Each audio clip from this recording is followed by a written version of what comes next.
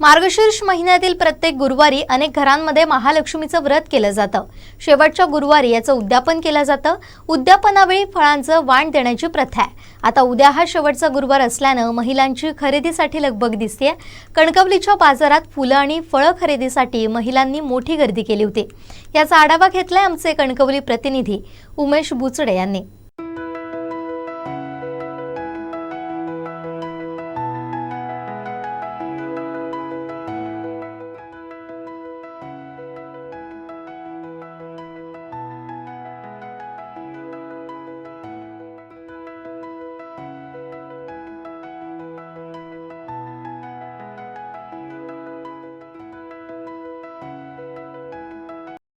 उद्या मार्गशीर्ष महिन्यातील शेवटचा गुरुवार आहे आणि याच गुरुवारी महिलांची कणकवलीच्या बाजारात फुलं आणि फळं खरेदी करण्यासाठी आपण गर्दी पाहत आहोत। काही जी आता फुलं आहेत आणि हार आहेत ती खरेदी करण्यासाठी महिला देखील आल्या आहेत। आपण बघतोय ही जी फुलं आता ही वेगवेगळ्या विविध रंगाची जी फुलं आहेत ती आपल्याला येथे दिसतात। एकंदरीत आपण दाखवू शकतो की जे गजरे आहेत त्यानंतर पाती आहेत यांचे दर देखील आता हे लिमिटेड आहेत। एकंदरीत हे दर काय आहेत? पातीचे दर किती आहेत? गजरा 20 रुपये का है। पाती किती रुपये? 20 रुपये म्हणजे लिमिटेड 20 रुपये आहेत।